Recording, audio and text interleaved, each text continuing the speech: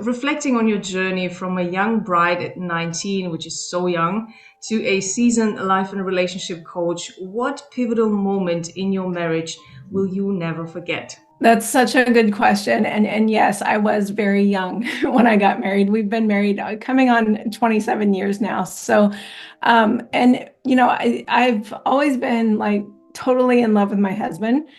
And yet there was always something missing. And for like a couple decades in there, there was something missing. And so about 7 years ago, I still went back and forth with thoughts of, like, am I cut out for marriage? I've been in this 20 years.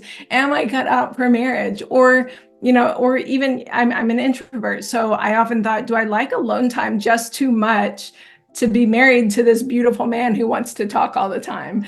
Or I'd also go back and forth between, I just feel resentful because I felt like our lives were so divided, as so many women feel, right? With kids, and our lives were so divided. I did everything domestic with the house and the kids, and he worked nonstop trying to pay for us all. And I ultimately, even though I loved my husband, these thoughts were really holding me back from a deeper connection with him. And I knew that there was an imbalance in our lives, and I just didn't know how to deal with it. So my brain was like, maybe this isn't for me. It constantly took me back there. Maybe it'd be easier to be a single mom, right? And I know so many women think that, right? And we almost feel it's easy to feel trapped in a relationship. But back to your question, the pivotal point was about 7 or 8 years ago. I heard another coach say, "You are not trapped. You can leave anytime you want." Right? And something about the way she said it was like, and she even said, so figure out what you want and go get it. And the way she worded it just really helped my whole body settle. And it gave me freedom for the first time to realize I am not trapped. I am choosing, I'm making the choice to be in this relationship for a reason. So what is it? And the answer was simple. I really do love this guy. I don't want to leave. He's an amazing guy. And I can leave anytime I want to, but I don't actually want to. And I really began owning that choice to stay without guilt, just because I wanted to, right? There was no other reason. It was just because like my heart wanted to. But I also did not want to stay disconnected and resentful over the imbalance in our lives. I wanted this relationship. I just wanted it to be better, right? So that's what I started going after. I wasn't trapped in the relationship. I knew that. And I also wasn't trapped in the imbalance of life. I could create change. I realized that my options weren't just to either leave or stay stuck in a marriage that felt imbalanced. There was a third option: stay and create the marriage I wanted. And I remember that as like a very pivotal decision-making, self-ownership time in my life. I find that so beautiful that you emphasize the word choosing or to choose. And I always imagine it in a way like painting a picture. You are consciously choosing the colors, right, for whatever you want to Yeah. paint. And I think it's very similar to relationships, whether it is with a partner in a marriage or even with kids, right? We Yeah. can consciously choose what kind of behaviors we want or what kind of things we want to happen in that type of relationship. So just like we choose the different colors and we place them in a very specific way to get a result, to get whatever Yeah. theme on the picture, it's the same with relationships. And not only choosing the parts in the partner, but Yeah. also in us. I feel the most crucial part probably about it, not focusing so much on the other person. How can we change that? How can we improve them? How can we direct Yeah. them in the right direction? But also us. What Yeah. parts of us do we choose? Actually, Mhm. how do I choose to show up in this particular situation? That is Yeah. driving me so crazy. Whatever they do, right? Whether it's the partner, the kids, or even with family or friends, relationships are based on what we choose. So I Mhm. absolutely love that you emphasize this particular moment where we actually can choose something very specific, and we don't have to just accept what is in the moment, but we can Right. make a very creative choice, even, right? For the Mhm. partner, in the partner, but also in ourselves. And that oftentimes I feel goes back this feeling of stuckness, or I can't get out of this. And what Right. have I gotten myself into? You know, many women feel that way in marriages and Yeah. relationships, even with kids when they are single moms, right? They Mhm. don't know that they have chosen this. Some might like get even angry at me when I say you have chosen this, right? Even Yeah. single moms, yes, you have chosen that situation. Yeah. If you're Right. married and the marriage goes south, you have chosen certain Mhm. things and now everything goes south. And you can Mhm. choose anew, you can make other choices now. But the feeling of feeling stuck and feeling like not having a choice, I feel goes back to certain misconceptions that Mm. women tend to have in their 40s still, right? And Right. let's dive into those misconceptions. So maybe you have distilled in your work Yeah. 3 common misconceptions that we can talk about that married women particularly have in their 40s when it comes to improving their marriage. Yeah, and I, I love what you're saying there with the choice. It does go into choice, right? Like of, feeling, and when you feel trapped, your brain starts offering you all these misconceptions or false truths, right? And so yeah, there are a few misconceptions that I see very often that I work with on my clients. And the number one misconception I see is that your partner has to begin change with you, right? That they have to change before anything can improve in the relationship. It's so common to just say, until he gets up off of the couch, until he remembers to take out the trash, until he shows that he cares, I can't make a change. I can't, there's nothing in this marriage that I can fix, right? So that is the number one misconception, that we have to wait for our partners before we can make the change within us. And the second one is that if they criticize and plead enough with their partner, then their partner will finally change, right? If they keep trying to almost beg their partners to change, with that criticism and the arguing and the going back and forth, hoping that somehow their partner will finally listen and change, right? And finally remember to take out the trash or whatever. But the truth is, criticism and blame really only leads to massive disconnection, and it's tearing them apart, and it's causing them to forget that this person in front of them is worthy of massive love, right? So dropping criticism and blame is one of the first things I teach. And then the third misconception I see is that if you've fallen out of love with your partner, you can't get that loving feeling back. And, what I teach is that feeling in love, like that deep feeling in love, feeling connected, feeling emotionally bonded, that is created in our minds. And by being present with our partners, right? When we fall out of love, it's so often because we're dwelling on the past, or we're worried about the future, and we're worried about all these things, and we're not really honing in being present with our partners. So I absolutely believe that creating that in love feeling that we all want to last us until we're 90s, I believe it's possible, even if lots has gone wrong in the relationship. I'm a big believer that if you are going to stay married, it's important to recreate those feelings again. And yes, they're going to feel different. They're going to feel more mature than the puppy love that we started off with. But sometimes even that mature love surprises you, and it offers you those butterflies and the puppy dog feelings again. And so yeah, that's another misconception, that if you've fallen out of love, you can't get it back. And I I have seen it happen over and over again where women and men are able to recreate that if they want to. Yeah, me too. I absolutely believe in that because whenever you put enough effort into one thing, there is no other way than success. If the Yeah. right energy is present, and you said something that they are oftentimes waiting for the other partner or for the other one to change first because before they can change. But I think in the moment where you change your energy state, and that's the Mhm. easiest to do, at least in my observation and experience, as soon as you change your energy towards that particular problem that you have been complaining about all the time, the entire dynamic shifts.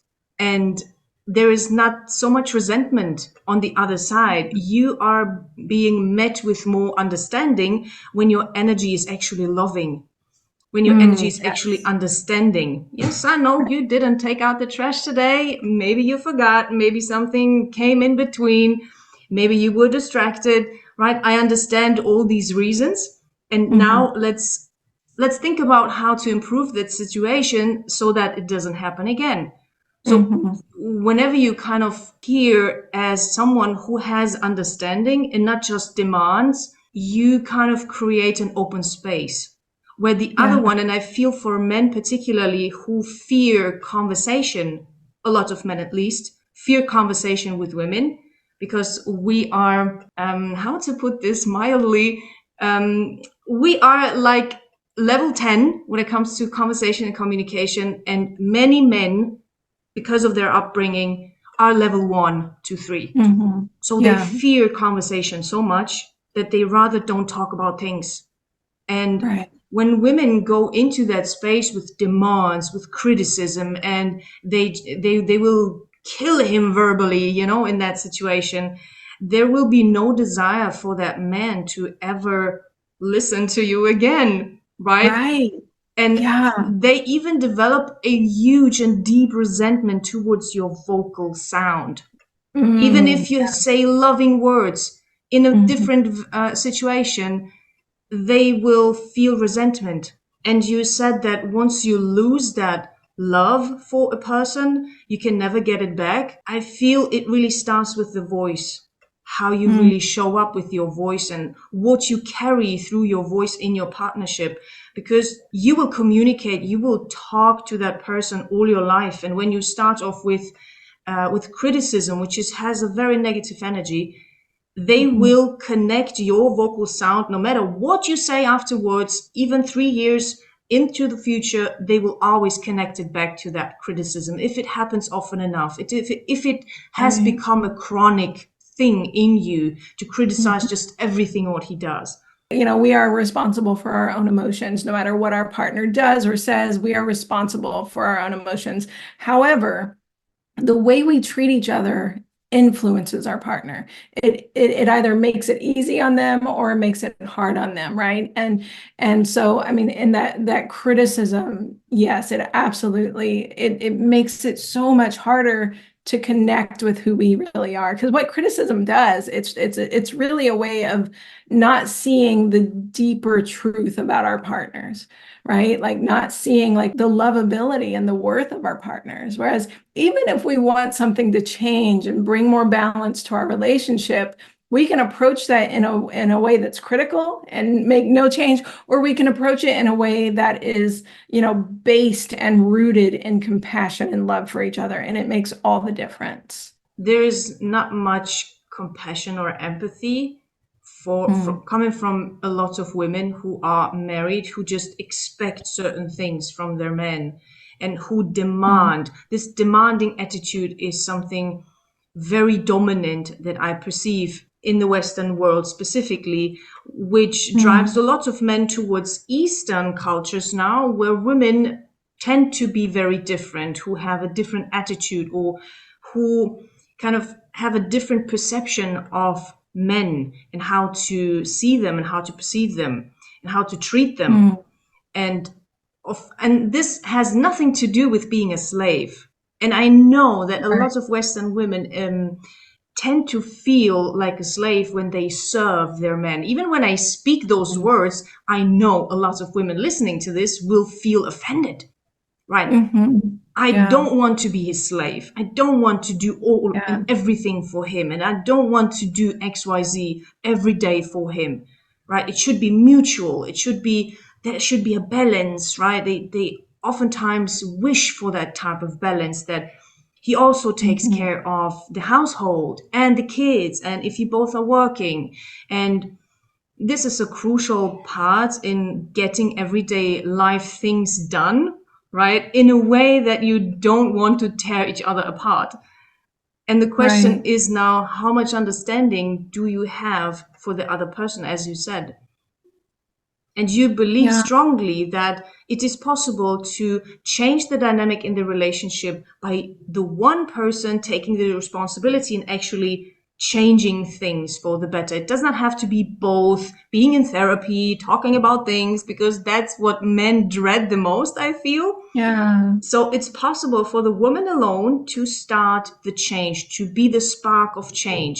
And I would love to know why women should be interested in doing so without Yeah. feeling that they have to do the work again, right? And Right. because there Yeah. is Yeah. no guarantee of success, right? The Yeah. woman will put in the work. Again, if she notices it goes south now, things are not Hmm. going right in the relationship or marriage, and I want to improve things, and I have no guarantee that it will succeed, and there will be a lot of work and time and maybe even money investment. So how can a woman go about that without Yeah. feeling this way?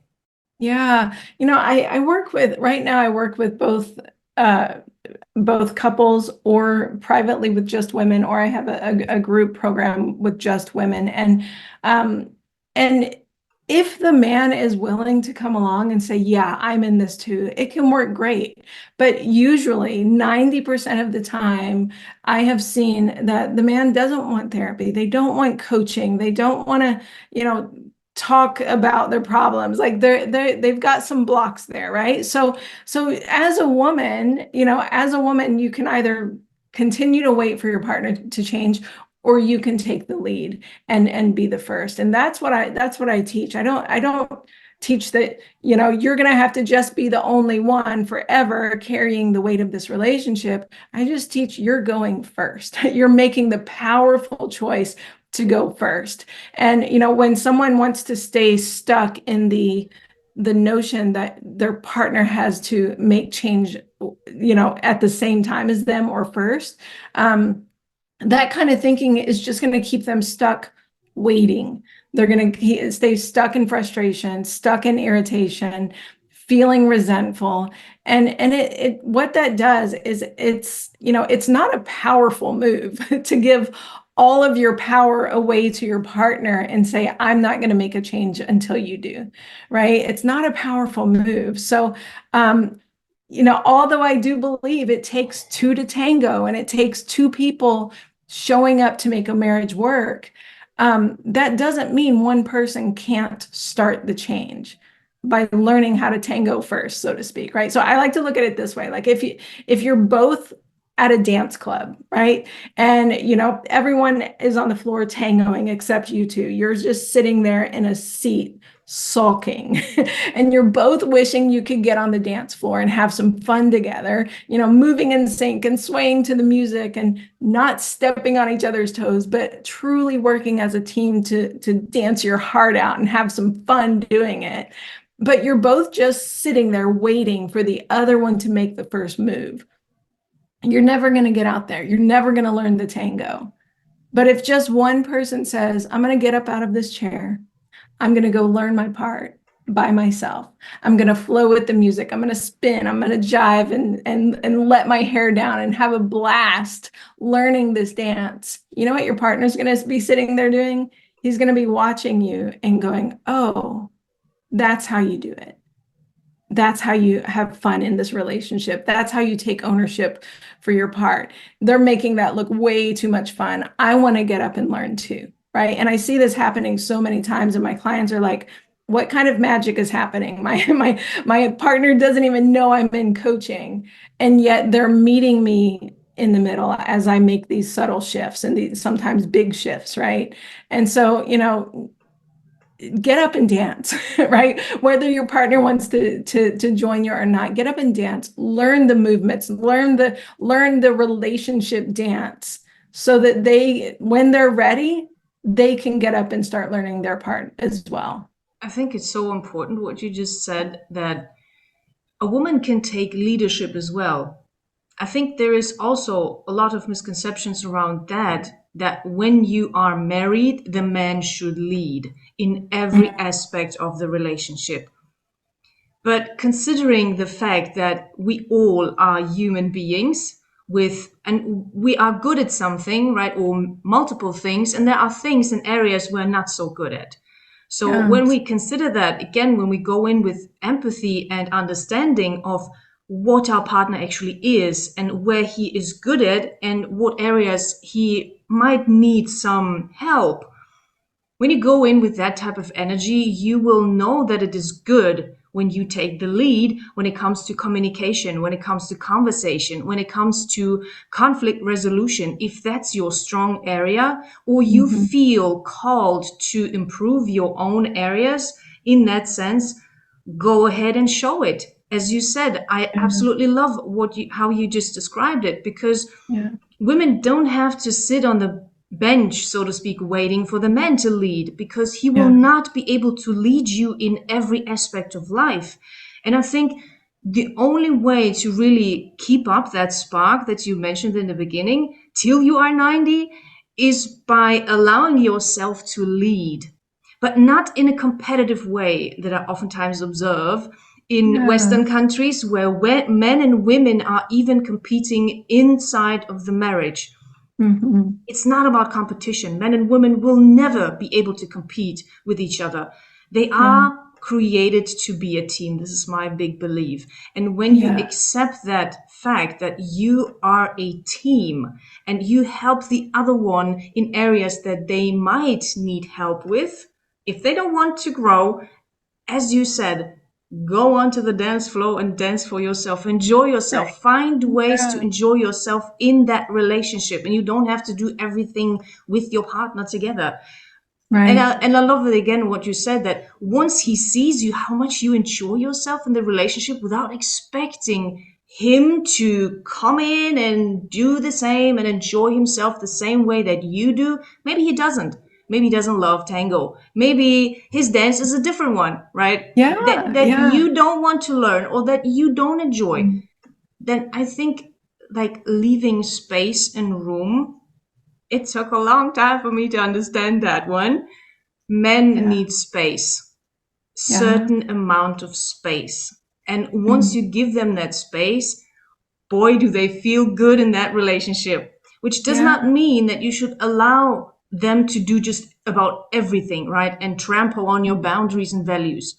Mhm. Like, you should have very firm boundaries and values, and he should know about Yes. them. You should Right. communicate them consistently and regularly so that he knows where he can move into and where it's better not to cross the line, so to speak, right? Mhm. And that needs to Yeah, be absolutely. communicated. And what I love most about you and your work is that you have such a wide range of experience. You've been a doula, you've been a yoga constructor, you've been a health coach, and now you have moved into relationship coaching, which is such a wide range that it gives you undoubtedly a perspective that probably no other relationship coach could have. And Mm. I honestly didn't know what doula is or was before I was researching your work. Um, and I don't think that this type of profession exists in Germany. I lived in Germany for a long time, and English is my Yeah. third language, which is why I didn't know that particular word. But once I researched what it actually is, I fell in love with it. Like, I needed a Yeah. doula, right?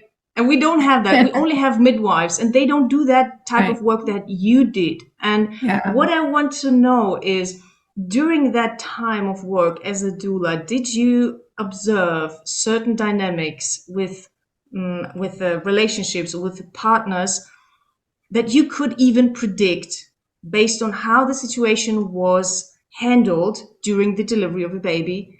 Who will Mhm. stay together? and who will fall apart? I love this question. I've never looked at it this way before. Like, could I predict based on, but I was thinking about a few clients, and it did bring up some memories of a few very particular clients. And there was one couple, after watching them during the birth, I just kept thinking, oh, this father has a lot of growth to do to make his relationship work and also fatherhood work, right? You could tell the whole time he did not want to be there. It was an annoyance to him.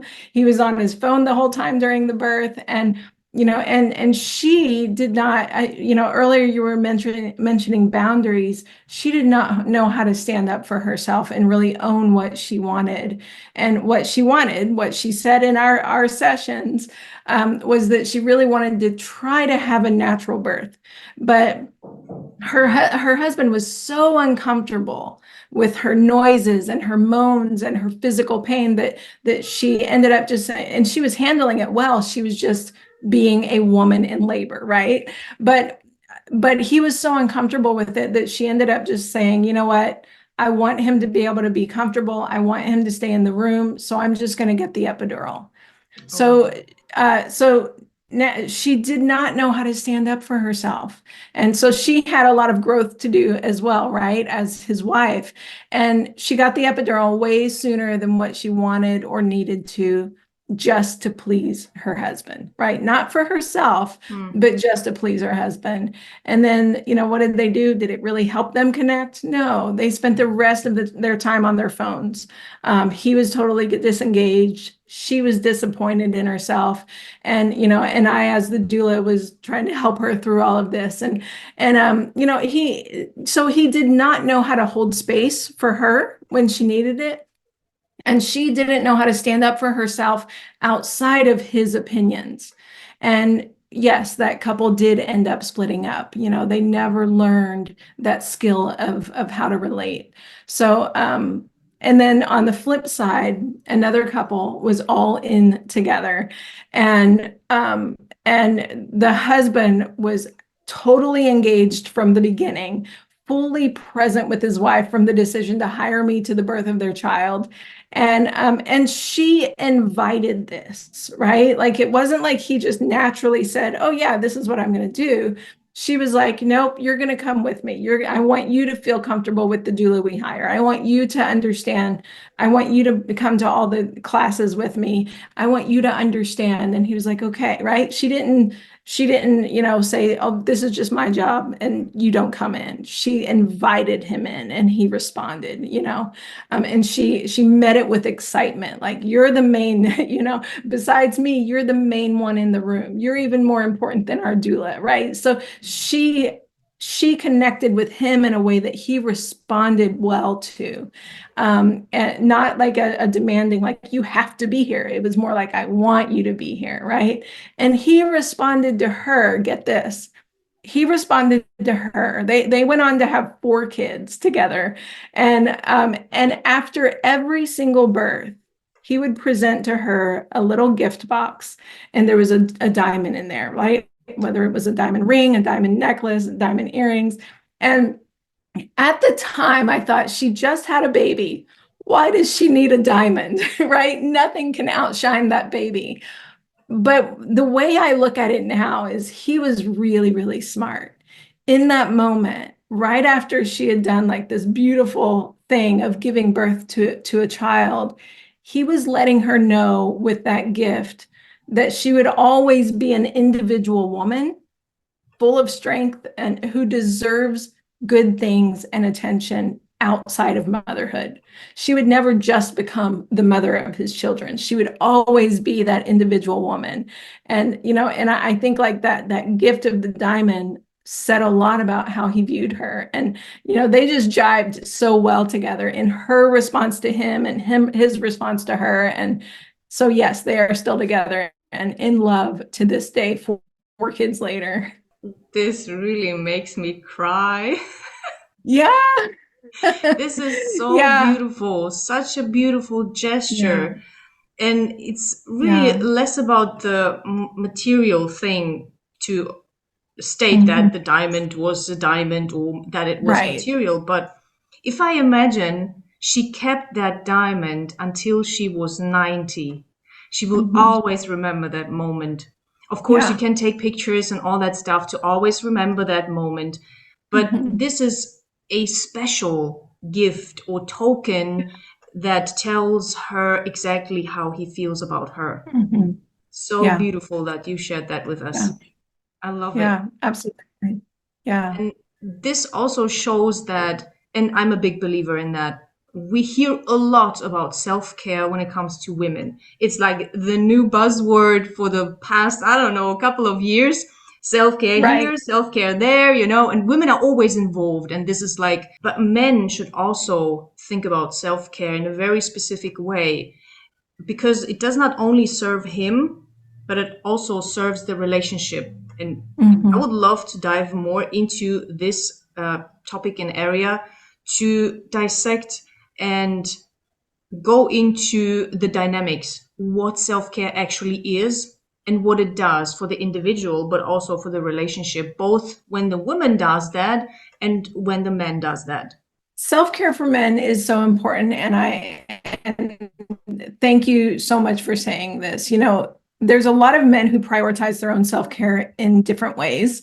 And from going to the gym religiously, I know a lot of women who have come to me say their partners go to the gym religiously, or they'll take their own way to wind down and prioritize their hobbies and their creativity, right? But there are so many more men who are so caught in the trap of overworking and overdoing and perfectionism and self-neglect, right? So I think it's a human problem, not just a woman problem, where self-care and is neglected. And I think a lot of times we handle it okay, right? Men and women, we're like, we know it's a problem, but we handle it okay until we get to our 40s. And that's when I really start to see a lot of men as well shutting down. And they've been giving, giving, giving so much and not knowing how to truly care for themselves, that their body wants to shut down, their mind wants to shut down, they want to disengage.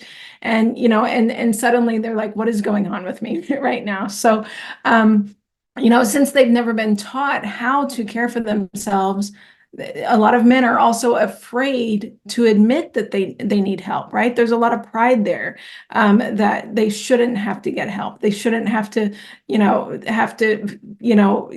somebody help them, even with like therapy or coaching, right? Like, so they're stuffing their emotions, they're not taking care of their bodies, and the way I see it playing out is they start over consuming, to make up for it. They're either over consuming food or alcohol or porn or video games, you name it. It's a form of disconnecting from themselves, which also of course leads to disconnection from their partners as well. So when I work with couples, I always ask the man as well, like, what are you doing to care for yourself? How can you drop perfectionism? How can you take some time for yourself?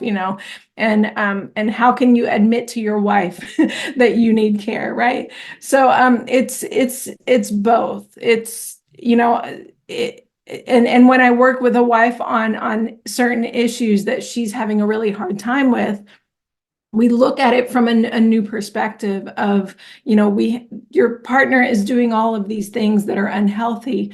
Let's look deeper. What's really going on? What's really going on that he's trying to, buffer his feelings or numb his frustrations and emotions with all of these negative behaviors? Let's look deeper and see if we can encourage him to go get the help he needs or start caring for himself, and start loving himself, right? So, yes, that is so important too. Men need self care just as much as women do. And I feel there's a lot of shame also around that, especially coming from women, right? That if a man is not able to do X, Y, Z, right, that there will be a lot of shaming. And the sad part about it is that men are naturally not inclined to go into that direction, but women Mm-hmm. are. So again, as soon as the woman realizes her gifts, that share with him and show him how it's done when it comes to Mm. self-care, Yeah. it opens up the relationship so much Yeah. more, I feel, that it gives him the opportunity to experience something that he was not naturally inclined in, but Mm. he now finds a way to actually take care of himself. And I Yeah. was one of the loudest women probably in my teens and early adulthood who would say that the hardest is to be a woman, right? We do all the work, we are harder working than men, and men don't do anything, they are lazy and what have you, right? I was a real man hater because I didn't understand them. I Yeah. had no access to understanding men on a deep level. Right. And now that I do, having a son, it really opens up so much in seeing and observing that it is completely untrue that women doing all the work. They are Mm. blaming men for not doing anything. Let's Right. take the example of a married couple. The man goes to work. The woman, let's say she's a wife staying at home with the kids, right? And she Mhm. takes care of the household, right? Mhm. Beautiful. But then many women tend to start complaining about that dynamic and that particular thing that he is not doing anything, right? Mhm. In the Yeah. house. That's what she really Right. means. Yeah. And Yeah. that she has all the workload, that she's doing everything, right? And on top, she needs to look beautiful and take care of herself, right? In various ways. But I feel it's even harder for men because even the woman can talk about it. What men don't have is the ability and the societal acceptance of even the ability to talk about it. I know Mhm. that so many men feel shut down completely. Yeah. They don't feel they can talk about it. There is Yeah. simply no access for them. And if I imagine being in that type of trap, let's say, I would feel absolutely horrible not having the opportunity to speak about certain things that concern me, that are difficult for me, right? Because there's such a high expectation for men to function on a very specific level. Especially now in the Western world where women are queens, right? They demand certain things. And I'm the best thing that you can ever get, this type of attitude, right? This type of entitlement that she Mhm. deserves I don't know, an alpha man who leads all the way and who is knowledgeable in all areas and who never makes mistakes. That is a really high expectation of a human being who has flaws, who has Mhm. been brought up in a very specific way, who may not Yeah. have opportunity until now to learn certain things. Mhm. And you're Yeah. really killing that human being. And Mhm. that is not the gift that you have been born with as a woman. Mhm. And that is going lost in so many women. They don't realize their true gift of their softness, of their gentleness, of their kindness, right? What Mhm. men really love and adore in women, what they feel drawn to, because they don't have that. They're masculine, they're hard, they love doing dangerous stuff and all that stuff, right? So when she opens up in that area, it makes it so much easier for him to take care of himself because he knows then it's okay, right? Yeah. I can have my hobbies. She will not make it sound bad when I do, I don't know, even if it's video games, and I'm not a big fan of that, right? But Yeah. even if it's his way to wind down without being obsessive about it Mhm. and not be complaining about it, it really creates a better dynamic in the relationship. Mhm. It gives you the opportunity to really create a relationship that lasts a lifetime. We are Yeah. all dreaming about it, but what are we actually doing about it? And I feel like this doing is an expectation that we oftentimes have towards the man. He should do Mhm. it. I'm just a woman. I will wait till he does it, right? And Mhm. that's like, no. Mm-mm. Like Yeah. women need to lead in their gifts that they have been given. Yeah. And that will make a man so much more masculine. That Mm. will make him desire to lead you in the areas that he is actually enormously great at. Yeah. Yeah, that's a really good point. And I love that you said that. And it reminds me of, we hear a lot about, the patriarchy has been bad for women and the way the system is set up and in America specifically, like the way the system is set up, it's like, throwing women under the bus. And although I do agree with that, I think the patriarchy has also been bad for men. It's taught them to bury their emotions, to stuff things, to not talk about their feelings, to work until to climb the ladder of success at all costs. And it's a difficult system for everyone, and we have to unlearn it together. We have to unpack that together, and recognize that it's not just us that have uh, been affected by it, it's our men too.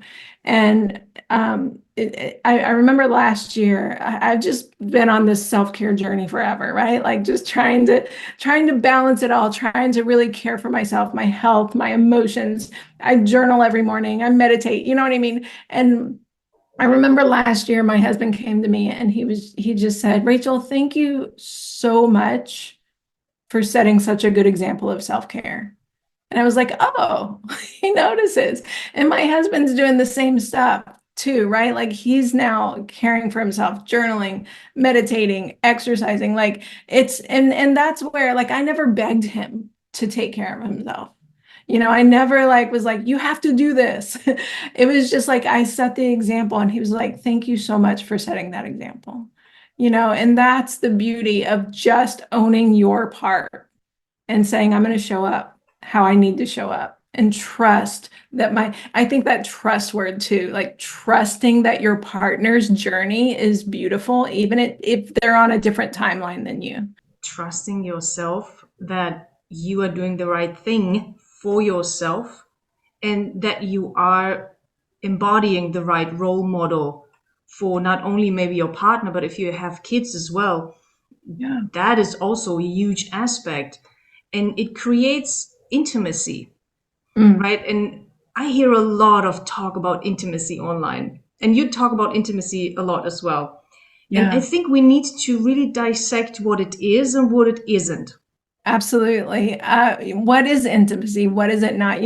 I know whenever I talk about intimacy, people always want to say, well, is it emotional intimacy, physical intimacy? What are you talking about? And I think, there is a difference, but I honestly think we can combine the two when we're talking about a romantic long-term relationship like marriage, right? Because they both feed into each other. And true intimacy is when you allow your true self to see your partner's true self. Not who you wish they would be, not who they were in the past, not who you hope they can be, but who they really are right now. And then radically accept them for who they are. And it's definitely not, some of my clients will say, well, I'm intimate with my husband once a week just to satisfy his needs. And that's not intimacy. That's having sex out of guilt just to make your partner happy. Right? So I've met a lot of women who, they check off that box as another chore, right? And they're not really excited. So it's not true intimacy. So true intimacy would be going to your partner and saying, hey, I want our sex life to be better. I want our intimate life to be better. Here's some things I'm seeing. Let's work on this together, right? Here's some things I'm having a hard time with, right? Sharing your emotions and believing that you can work through it together. That's true intimacy. Whether it's, how much you want to connect and talk, talk deeply at night, or whether it's physical intimacy, being open and accepting each other for who you are, that's true intimacy. And I think it is also the deepest level of intimacy is when you actually show sides of you that you feel insecure about. Because that those are the sides that we tend to hide from our partners, Yes. from just about everybody, right? Because we think they are not worthy of the light. They are not worthy to be seen because they are shameful, maybe something that you've done in the Yeah. past, maybe that something that you still do and kind of feel that it might not be the perfect or the best thing to do in certain situations, right? Maybe certain emotions that start to boil up every time something happens, and you know exactly that you should not react in that way and stuff like that, that women struggle on a high level with this type of emotional overboiling when things are happening. But I think when you take the chance to actually show these parts of yourself, you are not only authentic to your partner, but he actually remembers you. And I think this is also plays a big role in keeping the relationship alive long term. And Mhm. I think I've only was able to see it that way ever since I doing branding work for my clients, because I'm always trying to find ways how clients could remember the brand by certain assets. And when I take that concept into relationships, it's actually the same. When the partner doesn't recognize you and doesn't remember you, like how can he interact with you in the most Mhm. authentic way, and how can he trust you? Because without those elements, he will not trust you. Like he will be physically intimate with you any time of the day, and he doesn't need to trust you a lot to be active in that sense. But Mhm. emotional intimacy is also very hard for men to do, right? And for many women as well. But Yeah. when you actually, again, I feel women need to lead in that space because we have a wider world, or we have more access to our emotional world, not always for the better sense, not always in a positive way, but we have a huge depth when it comes to emotions, right? Not to say men don't have emotions; they certainly do have them, but they deal with them in a different way. And we have other tools when we go into neuroscience, for example. We have other tools to be aware of them and to handle them.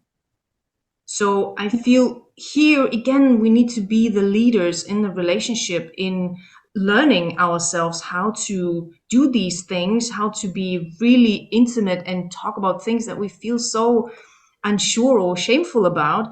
And that will Mhm. again allow him to open up, because I hear women all the time. I was the loudest in the corner as well, again, complaining about the fact that they will never open up, that they will never Mhm. talk about their emotions. And Mhm. why would they? They've been taught ever since they are little boys that they should not show any emotions. A man should be strong, right? You shove your emotions under the rug, right? They are non existent, not Yeah. relevant. You should be like the rock, the mountain that we all need, right?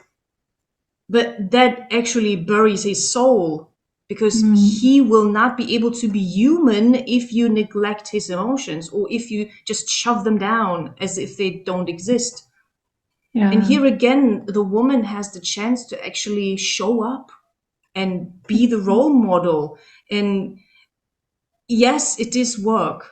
Yes, there is no guarantee that he will react in the most romantic way and he will fall in love with you just because you are revealing something so vulnerable about yourself. It could go so wrong, but Yeah. still, it is a chance. And if you want to take a chance at a long term successful relationship, I believe that would be the way to show up very courageous as a Mhm. woman. You need to be your own hero in that story, and not Yes. wait for the man to be your hero and save you all the time. Like that's also very a lot of pressure put on men. They need Mhm. saving in a lot of areas too, Yeah. right? So I think we need to come alive in that Mhm. area. It's so interesting because like when I hear people talk about, the men who are stuffing their emotions the whole time, my husband and I were actually completely opposite. I was the avoider. I was the one who stuffed my emotions, who did not want to be vulnerable. I just wanted to go, I like journaling. I wanted to go work through my emotions on my own. I didn't want to share them with my husband.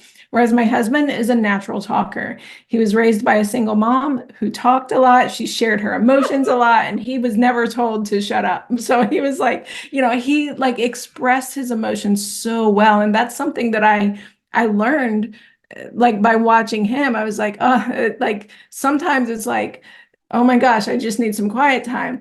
But it's also so beautiful that he was able to express his emotions. And I had to be the one to say, I have to learn to be vulnerable too. Like, if I want true intimacy with him, I have to learn to be vulnerable, to share my emotions, to share my thoughts, even if I don't understand them yet, right? I always thought I had to understand everything before I shared them. And no, like that's how we understand things sometimes also, is talking them through with our partners. And so, yeah, but and then, like, last year it shifted a little bit where my husband was a little bit more quiet, and I was like, oh, what's going on?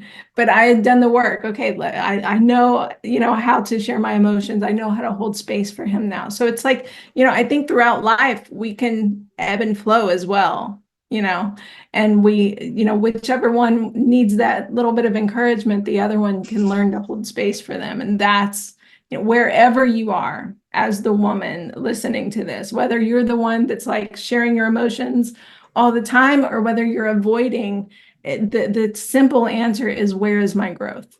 Where is my growth right now? What do I need to do that would help me to grow, that would be good for our relationship? I can definitely hear that you are that type in your podcast. When I was listening to it, Yeah. your podcast is called the Joyful Love Podcast. Mhm. And when I hear you share your thoughts, I can really imagine that you really work through your thoughts by really being with yourself. And this Yeah. is crucially important and valuable for every person, whether they are an introvert or extrovert.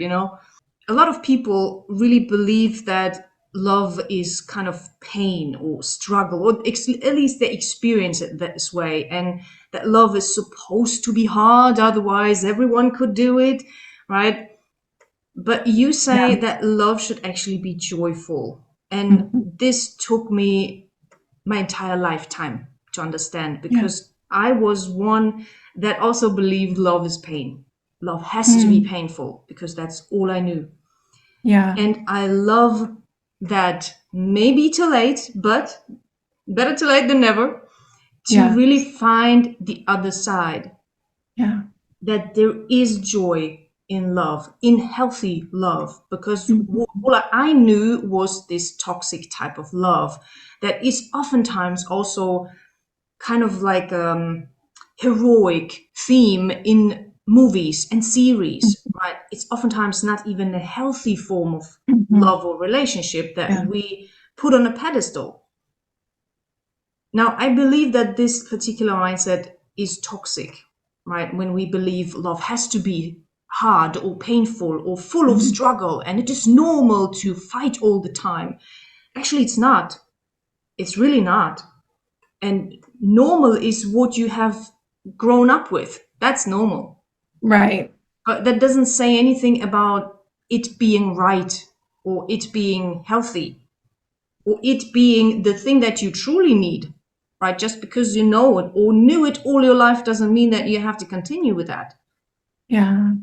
And I want to know why love can be joyful or how it can be joyful based Mhm. on your experience with clients. There's a reason I chose the word joyful instead of like happily ever after, because joy and happy have two different meanings. Happy is a temporary emotion that's it's lots of dopamine, and the things are aligned to help you feel happy. But joy is more settled.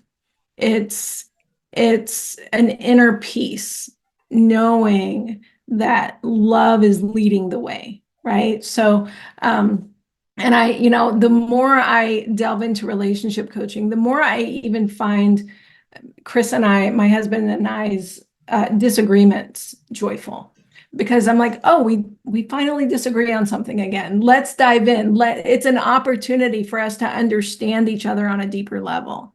It's an opportunity to say, oh, this is something that I'm not clear on. I don't understand you yet. Let me dig in deeper. And I almost feel like this excitement in me to have those disagreements now, because I know that we can hold space for each other, that we can work through it. And on the other side, we're going to have that much closer of a bond, right? And that's where that joy comes in. Like, I accept you. I love you. Like, nothing can shake us, right? And so even the hard stuff can be joyful, and I like to picture it as climbing a mountain. Like, if we're climbing a mountain together during a certain part of our lives, um, even a metaphorical mountain, like, the kids are going through something really hard, or finances, or, health struggles, or, something out of our control. This is a mountain we have to climb together.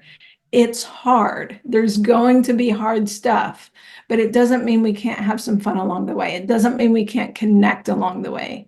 It doesn't mean we can't have joy along the way as we're climbing that mountain together. So that's why joyful love. I don't believe love is what's hard. I believe abandoning love is what's hard. Not seeing your partner for who they are, not seeing their lovability at every moment, not seeing their worth. That's what's hard. That's what disconnects us. When we can approach anything that's difficult in life and still see our partner's worth and also still see our own worth, right? That's when love is joyful and becomes more simple. Not always easy, but more simple. What struck me the most in what you just said was peaceful. What I've always experienced was this kind of dramatic outrage when something happens, when something's difficult, an argument, a disagreement.